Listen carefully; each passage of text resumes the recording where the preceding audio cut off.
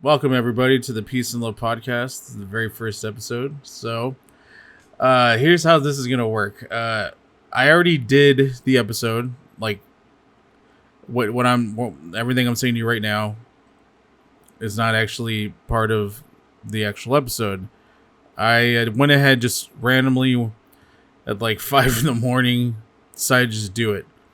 I got a couple drinks in me, and I just drunkenly rambled on all kinds of shit. And two topics specifically. But yeah, I kind of liked how it turned out for the most part, but because I was drunk, I ended up sounding incredibly dumb sometimes, slurred some words, even I think I miss or I said basically like used incorrect words a couple times. And I was very loosely prepared, and I remember a little bit of doing it. What I mostly remember is that I kind of went on this wild tangent at the very end, and I'm going to explain that a little bit more when I get to it later on.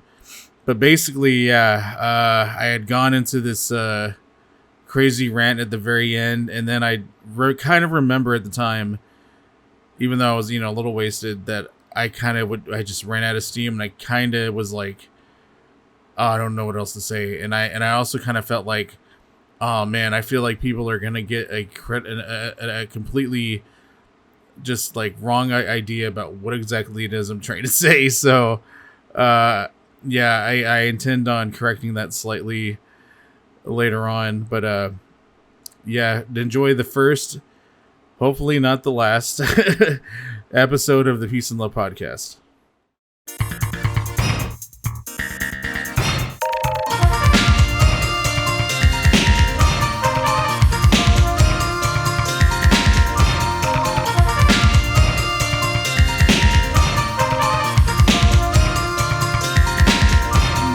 Yeah, alright. Okay. I don't know how long I'm gonna entertain this shit for. It may not be for that long, but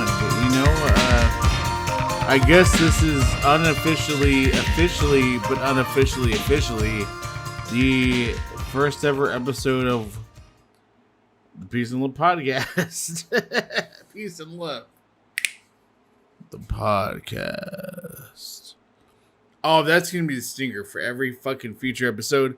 Peace and Love. The podcast. Make it real fucking dramatic sounding and shit. The thing is like, I've been wanting to do a fucking podcast. I'm not gonna lie to you. I think I've been wanting to do a podcast for close to 10 years now. I'm not, it might be over 10 years. It might be 2010.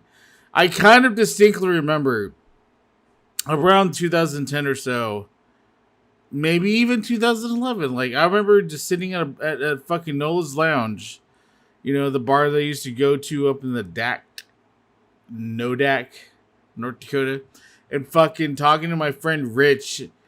Oh, just drunkenly just rambling. My friend, like, man, I got some things I want to say. I just feel like I got a lot on my mind, and I just want to just like tell everybody what I got on my mind, and I just what I want to say, and I really feel like I can just say a lot of things and just open up discussions and say shit that people want to hear, and just like I feel like I can really just accomplish a lot if I just ramble into a mic and just say whatever the fuck I want to say, man, because I feel like I really got a lot of things to say. And he's just like, I remember just looking up at him as I'm rambling on about all this crap, and him just going like, just kind of like nodding his head, like, okay, like almost politely, not even like he agrees, not even like as if he like feels that I have anything to say, but kind of just like, like, okay. And then like, what was great is like, after all of that, all the fucking rambling I did and all the bullshit I spoke, he was just like, yeah, man, do it. And here we are, like 10 fucking years later, only took me 10 fucking years, huh? You know, that's the fucked up part. Is this may be the last time I fucking do this because, man, I'm gonna tell you a little something right now. You know, I have to ingest a little liquid courage. Really, like at this point, I should be asleep. I should be getting some sleep. I shouldn't be doing what I'm doing right now. I should be getting some well-deserved rest. I'm gonna be a fucking zombie. Well, like in the next couple of hours. I should even say tomorrow. In the next couple of fucking hours. Like I'm just like I shouldn't be. I absolutely should not be doing this right now. I am so only doing this because I'm just like, fuck it, let's do it. Let's fucking go. You know, I've drunk a couple. You know, the original idea was, you know, I'm just gonna drink a couple beers, get a little drunk, get a little lit, and so that way, like, you know, I can have a little bit of. There's this weird like buzz / drunk you get sometimes when you have the levels just right, where like you end up almost like kind of like operating earlier than you should the next day. I used to have that kind of shit going on in my 20s. I don't have it as much as in my 30s, going on 40s, but sometimes every now and again I can like tap into that. You know, part of this inaugural episode and highlighting to you the fact that this may be the only ever fucking broadcast of this is, you know, I've decided to share with you this little gem. I think it's somewhere on my YouTube's, somewhere in the YouTube, but I'm going to reshare it with you now just to illustrate that this legitimately be the last time I fucking do it, because the last time I ever entertained the idea of doing anything close to what I kind of want to do right now and what I am sort of doing is this little baby.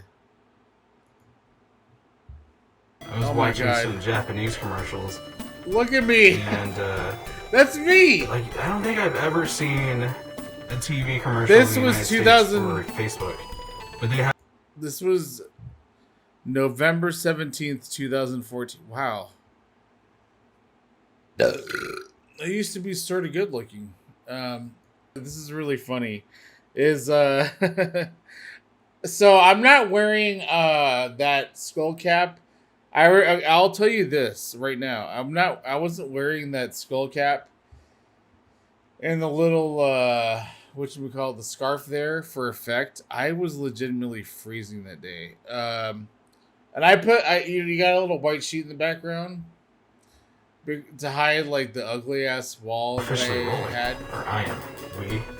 Only one here. Take this. See, like you see that. For the ladies. I don't want to look like a nerd or anything. Oh my god! Look how good looking I used to be. Really handsome. I used to be really good looking. Look at my long. Look at this messy long hair. Oh, I look like just a dumb little hipster. You know, like, I should have had painted nails here. What is wrong with me? I could have gotten so much trim. Look at my little like fake shitty beard. I couldn't even grow a full beard back then. Oh man, that's what happens when you're living in a town full of, I probably could have gotten a couple of white girls, but like most of the Mexican girls in this town, they don't like dudes who look like this. They like dudes who dress up as cowboys and like cheat on their girlfriends. But if you look at this cup right here that I got, the styrofoam, look at it really closely. It's really cold here in Texas. I live in South Texas specifically. Okay. It's 45 degrees according to the Google weather app, which is usually pretty reliable. It says it feels like 39, so it's actually warmed up a little bit. Not too long ago, it was like 32 degrees, but it felt like 23 or something like that. This right here. Like this look right here. This is like, It's not too different than what I look now, but my little brother Jeff looks almost exactly like this. My younger brother Jeff, that looks a lot like him right there. That's how much I've aged. I look like a fatter, uglier version of whatever this is. And I mean, actually, I shouldn't say whatever this because this is like, I look pretty goddamn handsome here. Like I look like a fucking, I look like like a young artist who's just on the cusp of like, I'm in the middle of doing my first. What happened? What? Oh, I don't know. I think my Google thing thought I was saying something to it. I wasn't fucking talking to you. You know what's funny is earlier tonight, I was trying to talk. I have like a bunch of different. I use the Google ecosystem in my house. We don't none of that fucking Amazon shit. I'm just kidding. But anyway, the one in the kitchen was like, just wait. I was like, turn on the lights in the kitchen or something. And my Google speaker in the kitchen was like, wait while I connect to the Wi-Fi.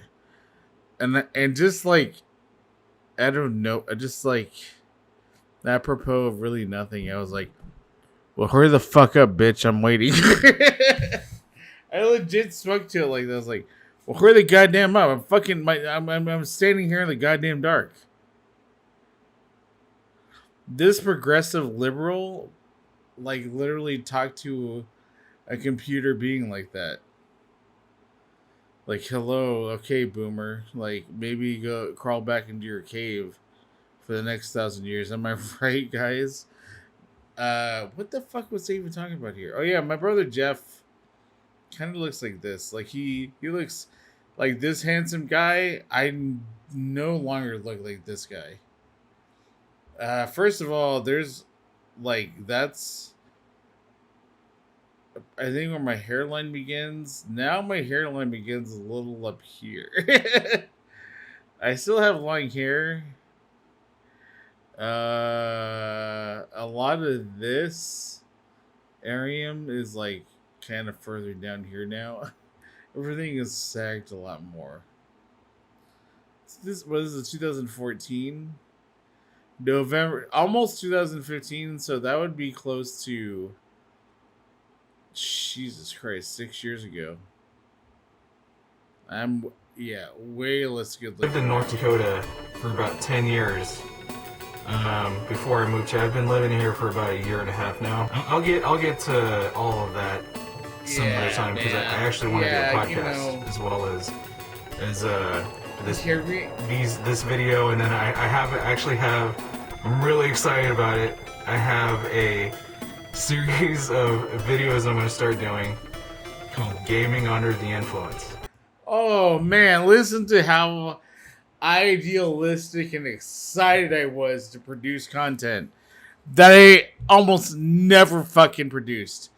This is literally like, this is 6 years later, and like this is ostensibly the first episode of my podcast. Now, as far as all that Gaming Under the Influence, okay, that so basically the premise that is didn't go very far. I'm gonna get intoxicated and then play video games. I've shot like about like 2 or 3 times already, and one of the attempts I was kind of a failure just because the sound was not very good. I don't have a whole lot of great equipment. I'm kind of just trying to work with what I have, but I was able to figure out a way to record audio that worked. Yeah, that basically was me. I had like a Turtle Beach headset at the time that I used for my PlayStation 3. And I just plugged it in the computer and I loaded up Audacity. This is back when I wasn't even using... This might have been when I started using the Adobe Cloud. This actual footage that I'm shooting right here might have been on pirated software. I don't think I started using the Adobe Cloud, Creative Cloud software until like a little bit later. But it's just really like kind of, it's almost funny, but also slightly depressing to hear me like just, oh man, I got the future ahead of me. I got the next like 6 to 5 years ahead of me. I was just like, man, I'm so motivated to just do all these kind of things, and then fucking life happened. And then all of a sudden, like, I had a job that just sucked me of all my enthusiasm dry. You know, it's really, yeah. But, you know, like, a lot of the ideas that I have now, and a lot of the shit that I more than likely will produce, which will be even more sad if I don't do that, or if it takes me another 10 fucking years to do it. If I just like, hey, remember where I said 10 years ago that I was gonna do the thing that I didn't do, but now I'm doing it? You know, it's gonna be really. I remember thinking, like, when I first had this idea, Yeah, I thought it would be kind of funny because do my voice you know, there were a lot of times when I was playing Grand Theft Auto online, and oh, I got a something. Yeah, let's skip through this part. This is where I'm like, oh, I got followed. I'm followed by some dude on YouTube or Twitter, and I don't know who the fuck he is. It's like, who cares? Like, yeah, that could have gone without being said. I'm trying to like highlight. I was like, man, this is a great idea. Like, why hasn't anybody thought of this? And apparently, there is a trio of gentlemen who have sort of done a couple of videos like this. Yeah. Oh, okay. So I was trying to highlight the fact that okay, so when I originally came up with the idea of gaming under the influence, which was like a short, very, very, very short series that I did, I was like, oh, this is such a funny idea, you know. I don't know why I was seemingly the only person to think of like playing games intoxicated. But the other idea was that like I was thinking at the time, was it just gonna be relegated to playing games like while I was under the influence of alcohol? Like, my idea was that I would eventually play games under the influence of other substances like marijuana or like mushrooms and shit. And I actually did do a couple of live like Twitches. Like, I actually played Rez while high. I played Rez.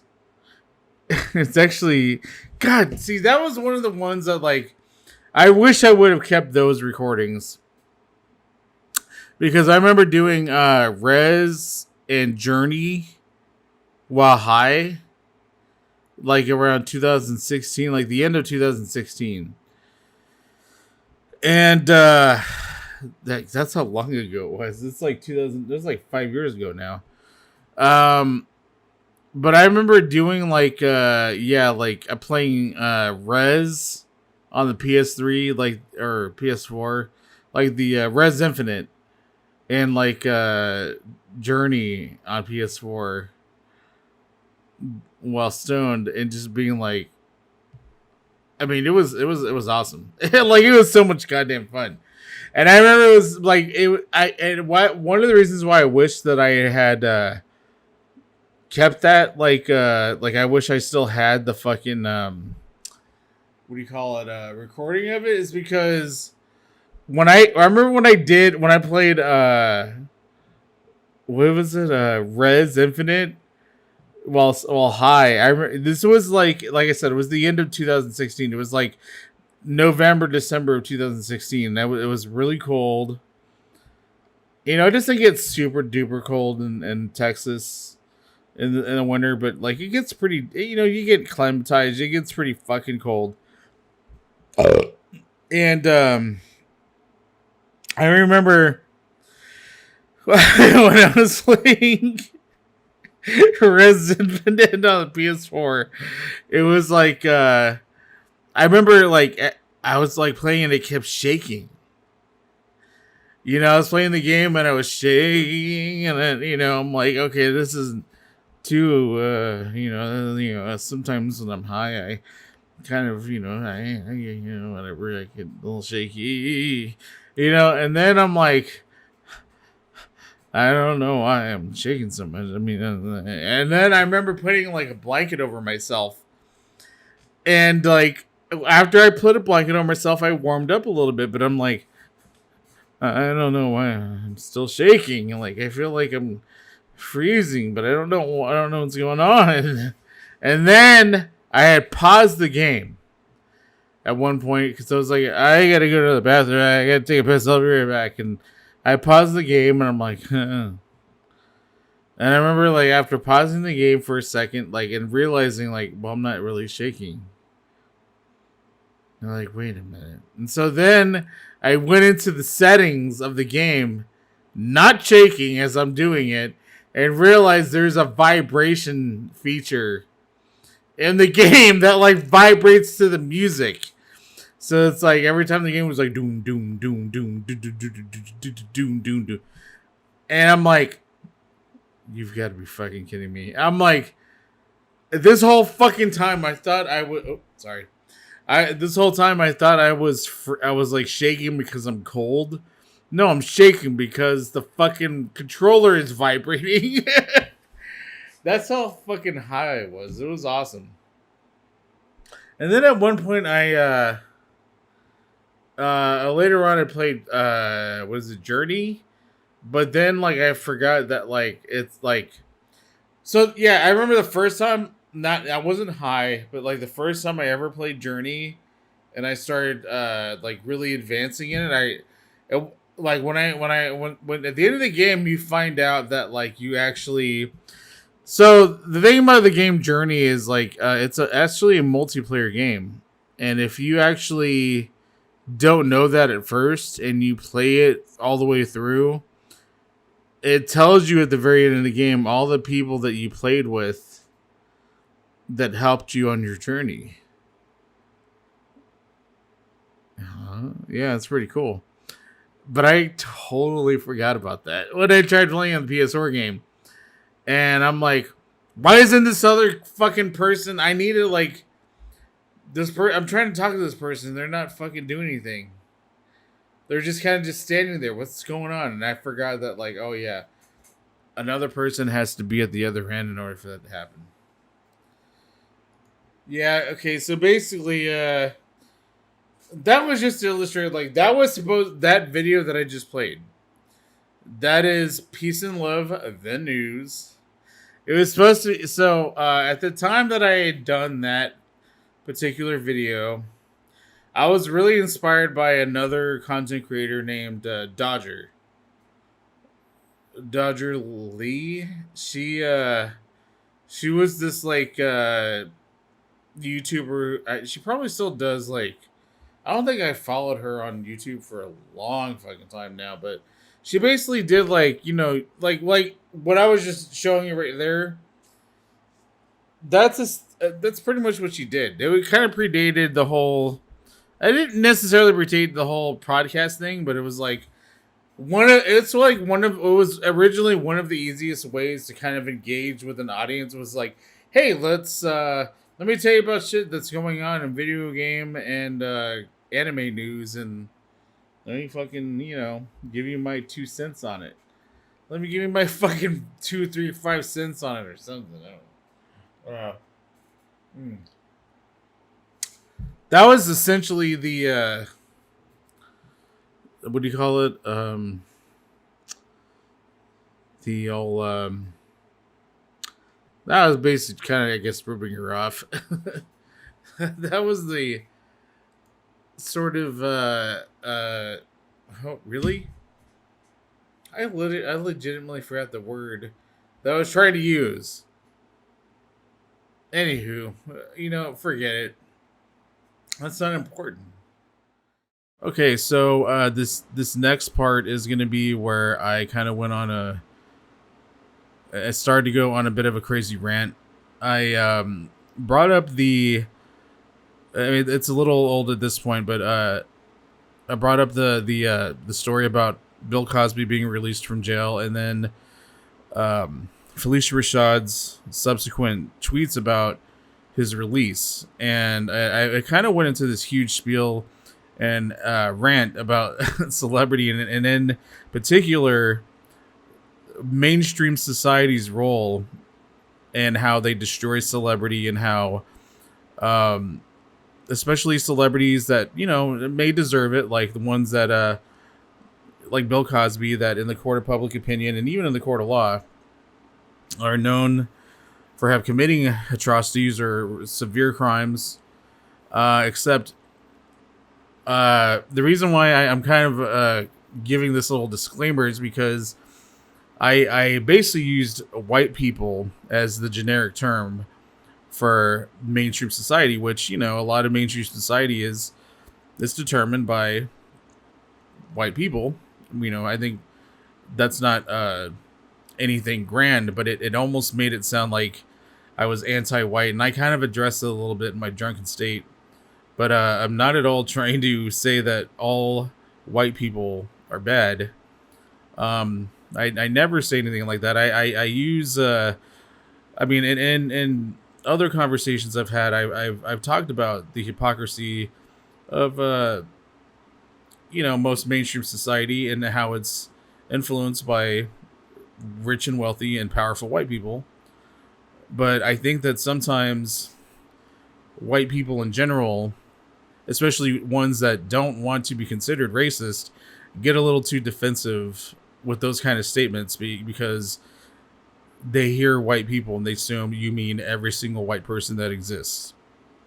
And I think, if I remember correctly, even in this rant, I state that, and I even say that, like, there are a lot of white people out there who actually do understand what I would be trying to say, and that I don't mean every single white person. And I think it's important to understand that if that is your takeaway from it, then maybe in a way I am talking about you, because you shouldn't be defensive about something that you don't feel like applies to you. But I had to kind of, but it's also funny because I tried to kind of explain that, or I wanted to articulate that at the very end, but I was a little way too intoxicated, because again, I was just like, let's fucking go, let's do this. And I don't plan on being as heavily intoxicated, or even intoxicated at all, in any further episodes of the Peace and Love podcast, or Peace and Love the podcast. But yeah, I want to thank everybody who decided to listen to this, and hopefully you understand kind of what I'm trying to say here, and that even as crazy and fucked up the things as I was saying, I think it still came up pretty funny and entertaining. But yes, thank you very much. Now, listen. One of the guys, listen. Are you guys listening? So, one of the reasons why I really wanted to kind of like get on the airwaves here is because I found something interesting on the internet I'd like to share with you guys. Okay, so we're all pretty familiar with Bill Cosby and his alleged indiscretions. The fact that he's a serial rapist, according to a lot of people, like, his victims. And, well, apparently, though, as some of you may or may not have heard, he's recently been released from prison. So, some of you may or may not know who Felicia Rashad is. Felicia Rashad is the woman who betrayed Claire Huxtable, Bill Cosby's wife, on the Cosby Show. Now keep in mind all the shit that I've just mentioned and talked about when it comes to Bill Cosby.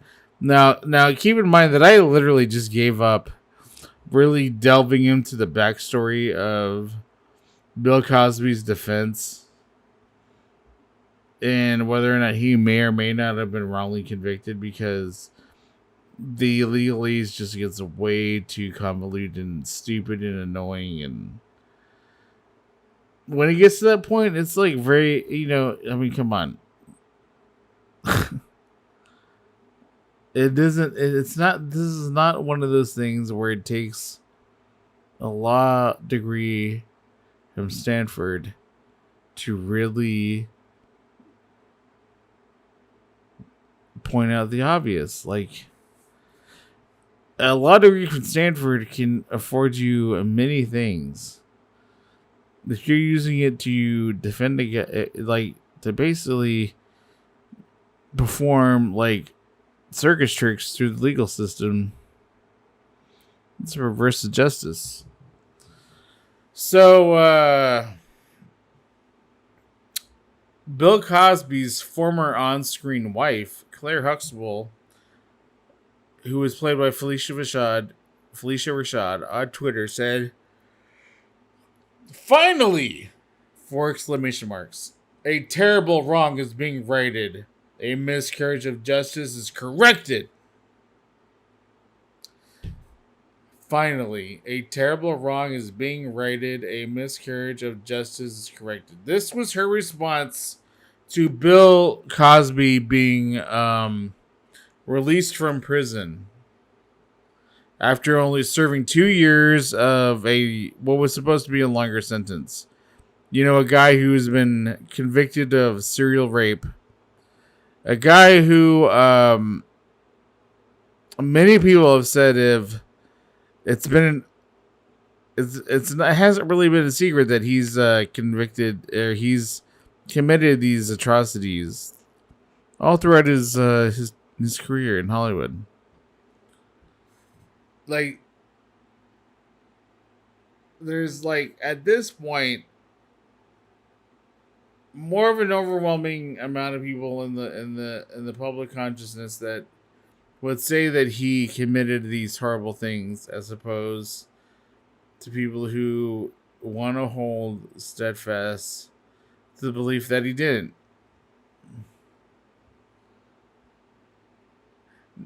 So, like, again, let's set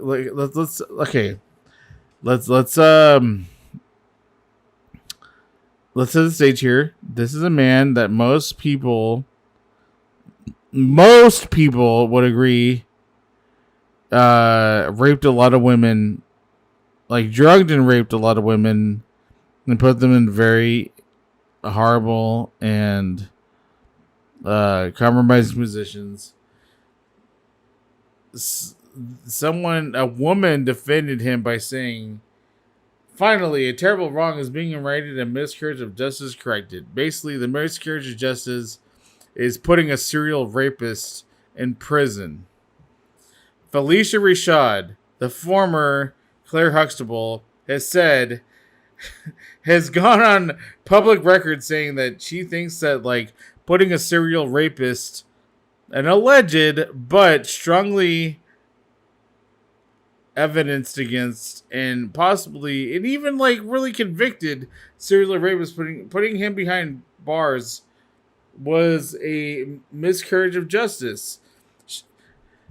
Felicia Rashad is essentially saying that, like, a person who's raped a lot of women does not deserve to be put behind bars. That's essentially what she's saying. So, in response to that, there is a certain somebody who had a differing opinion to that. You know, I'm pretty sure there were a lot of women who had a differing opinion to that, because, you know, obviously a lot of women would say that's really fucking horrible. But one of these such people was Janet Hubert. Janet Hubert happened to play the original Aunt Viv, the dark-skinned Aunt Viv on The Fresh Prince of Bel-Air. I still don't really understand what the point was with or replacing her, but I mean, obviously, it turned out later her and Will Smith didn't get along. But it's like, it kind of just seems like, oh, we're not only going to replace her with another actress, we're going to make sure that's an actress that has absolutely no physical resemblance to her.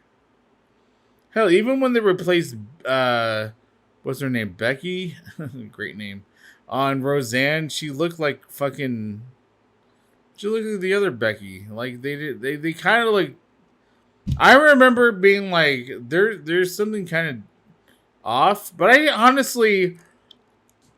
I remember when they replaced Becky on Roseanne, I barely noticed. Like I was like, they kind of like different. They kind of sound different, but I feel like it's the same actress. I don't know. It wasn't until later on that I found out it was different actresses. You know what I mean? Like they didn't fucking make it that drastic of a. It's like Fresh Prince of Bel Air went out of their way to make it super different. Like it just seemed like kind of inappropriate. But anyway, Janet Hubert, the original Aunt Viv, had this to say to Felicia Rashad. Felicia, what are you thinking? I don't know you, but to say this was terribly wrong. Everyone knew what he was doing back then. How could you not? Get your umbrella, sister. Here comes the shit shower. I am outraged that he has been released. Yes, he is an old ass guilty man. So, you know, I would imagine that a majority of the people on the internet share this exact sentiment. Ah, and I guess I'd be really fucking wrong because you know what's really crazy is Janet. She like faced a lot of fucking. There were a lot of fucking people online who disagreed with her. Okay, now this is the thing: is like the idea that like the idea that what's his face? I mean, it's been almost public opinion for quite a while that like you know Bill Cosby is possibly guilty of this shit. So many people, and you know, even here it says Janet Hubert had to like she had to like kind of basically she had to seriously answer for her tweets.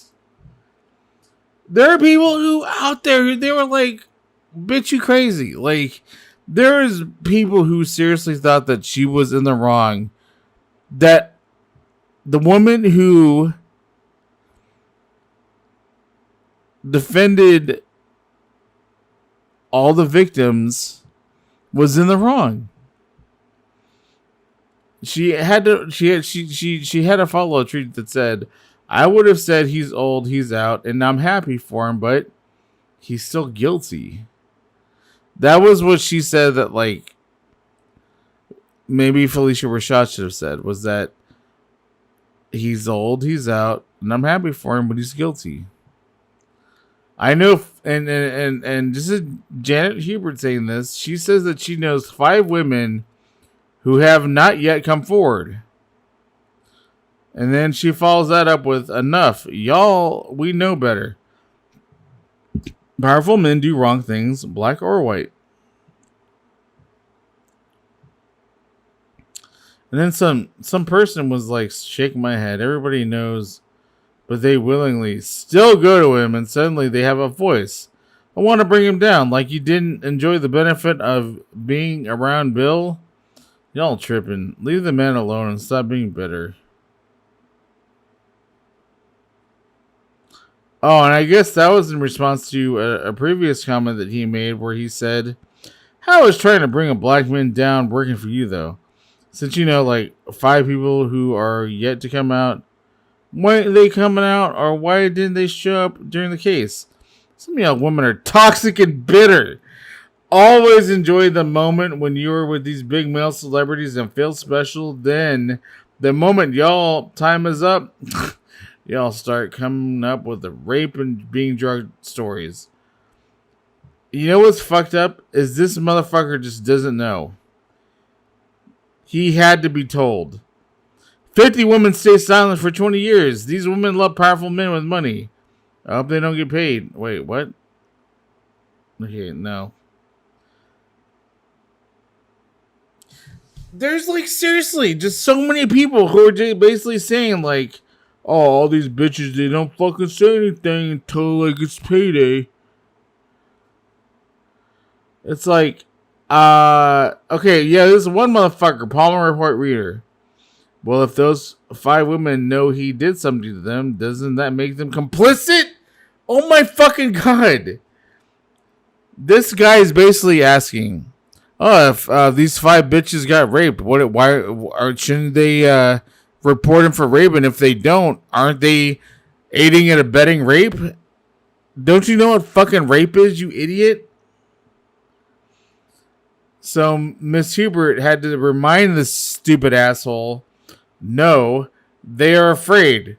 They won't be believed. And you just confirm that. Well, the law is the law. Oh my god.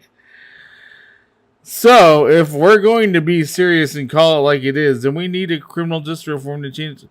Yeah, no shit, we need the fucking criminal justice system to reform a lot of things. How about when someone says, I got raped by Bill Cosby, and then 20 other women say they got raped by Bill Cosby, we don't fucking think that they're all talking shit or that they just want money. How about we maybe think, oh, has anybody ever actually seen him drug anybody? And when everybody else in fucking Hollywood decides to say, nothing's gonna happen to me, right? And then that's like the fucking preamble to it. Like, Jesus Christ. Oh, fucking, like, I really don't understand. Listen. I understand, like, when the fucking OJ shit happened.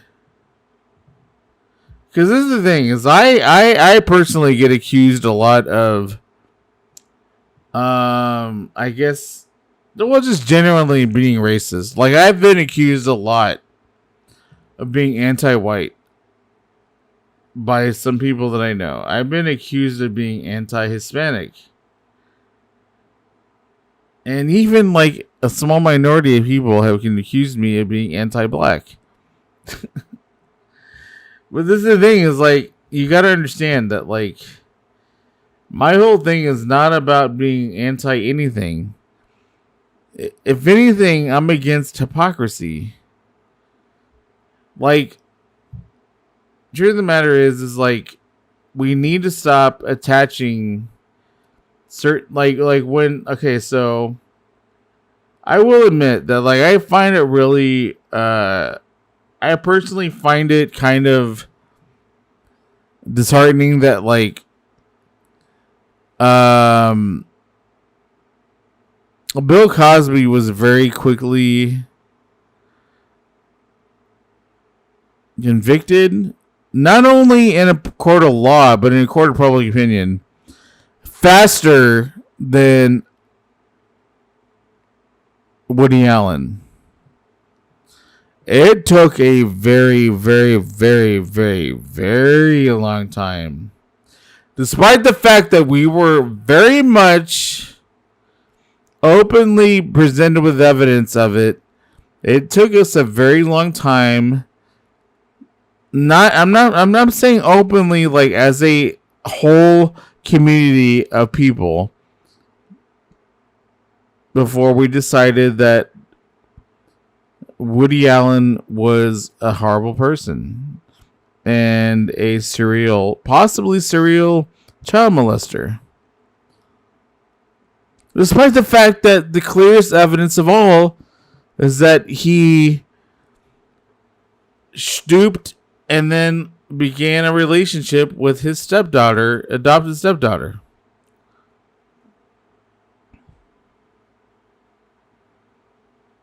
I didn't remember when that first came out. People were grossed out by it. There were a lot of jokes. But there was never any kind of, everybody just kind of like acted like it was just Oh, some eccentricity of Woody Allen's, and he continued to have an amazing career. The very second that Hannibal Buress started talking shit about Bill Cosby and his open secret, it was almost immediate. It was almost fucking immediate. Put that fucking black man in jail. Even when it came down to Harvey Weinstein's open secret becoming a more open thing, it still took like almost a year before that motherfucker even was arrested. I mean, that's the thing, is like, I understand, like, listen, there's this really fucked up and weird thing that white people have against any, not just white, black people, or like white people in general have this huge stigma against committing crimes. If you're a celebrity and if you don't like pay your taxes for a year or two and then you go to jail for it, white people, whether you're white or black, if you're a celebrity that doesn't pay your taxes, white people will seriously hang that on you for the rest of the fucking time that you were alive. Even if you continue to pay your taxes, even if you're in good financial standing, for like a good 20 years afterwards, white people to this day still look at fucking Willie Nelson as a drug-abusing tax evader. That motherfucker has not had to deal with any kind of fucking tax problems for probably close to 20 years at this point. Even at the time, it wasn't even fully his fucking fault. He had like people who took advantage of his shit. But they'll never blame the people that fucked him over. They're going to blame Willie Nelson. That's how white people do. White people, they have this huge stigma against criminality altogether. When it comes to white people, like, and I'm not even fucking generalizing. This is absolute, honest to God truth. White people will not allow you to be decriminalized until they are 100% convinced that you have paid for what you did. And even then, they may or may not let you get off on it. And I know that for a fucking fact. Because I was raised by majority white people. I know how white people think. I know how unreasonable and how fucking dumb white people can be. This isn't me like, I'm not being racist against anybody. I know 100% more than anybody how white people are and how unreasonable and how fucking dumb they can be sometimes.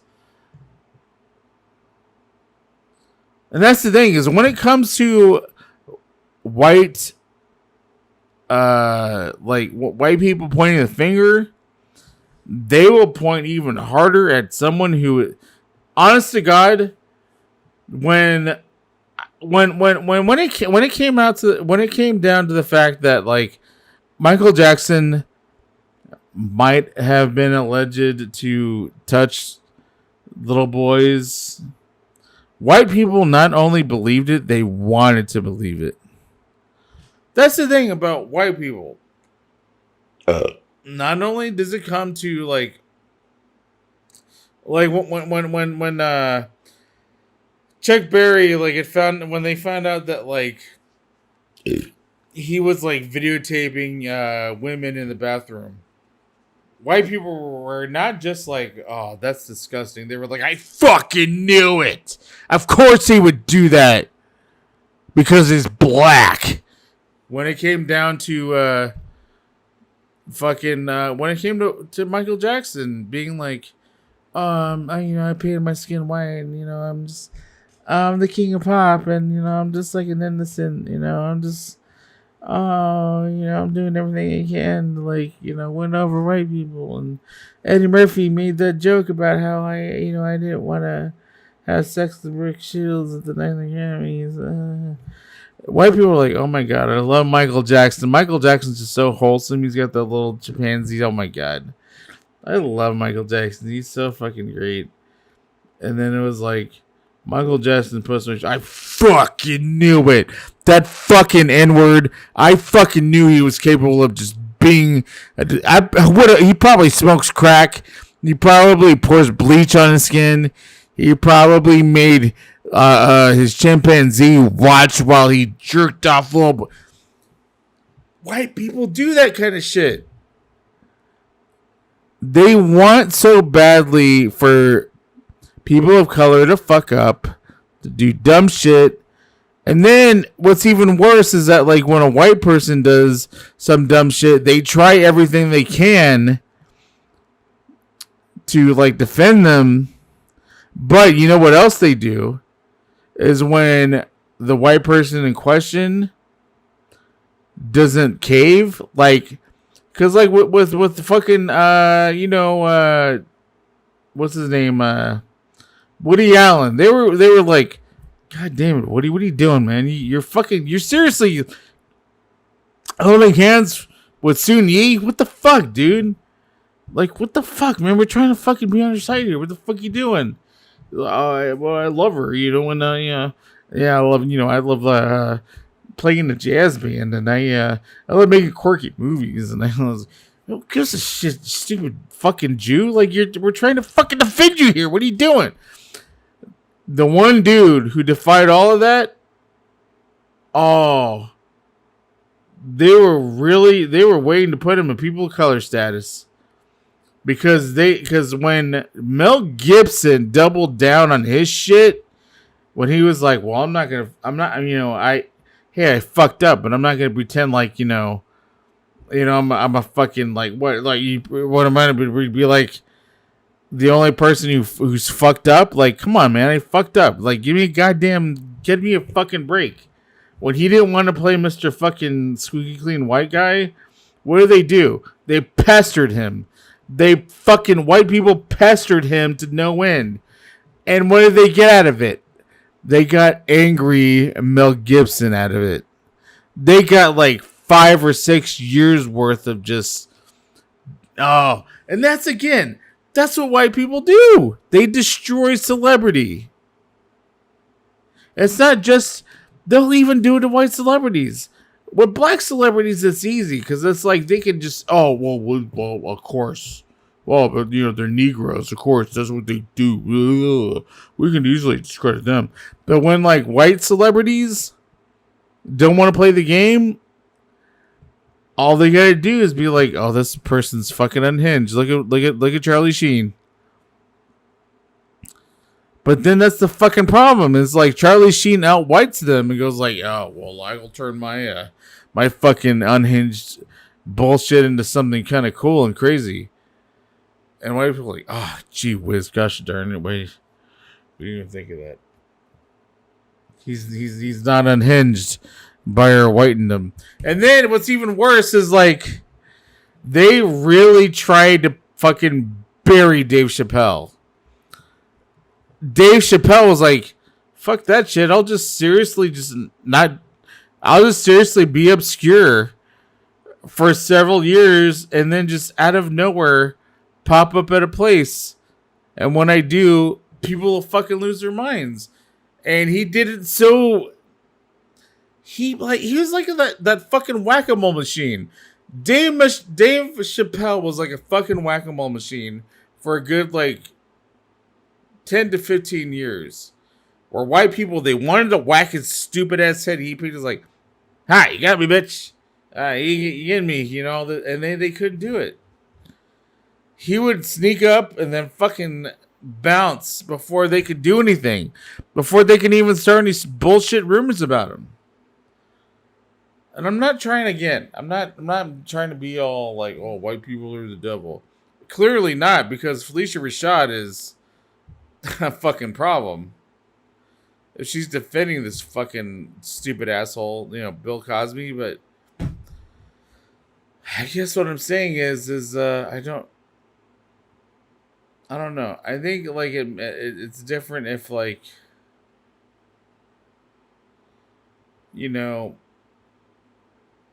it's almost like when you're a person of color, you almost kind of like get a sixth sense of all this. It's not all white people. White like there's a lot of white people out there who don't who like they get it, but like the mainstream of white people, it's that's the end of the day. It's like the mainstream. We gotta dismantle it. We gotta start a new mainstream. We gotta start a new normal. And part of that is not allowing people who've committed atrocities to get away with it. I guess more than anything, that's what I've been trying to say with this podcast because, yeah, I need to go to sleep now. So, I more than anything just realized that, like, I'm winding down and I don't really have anything else I want to say. So, thank you for listening. Bye.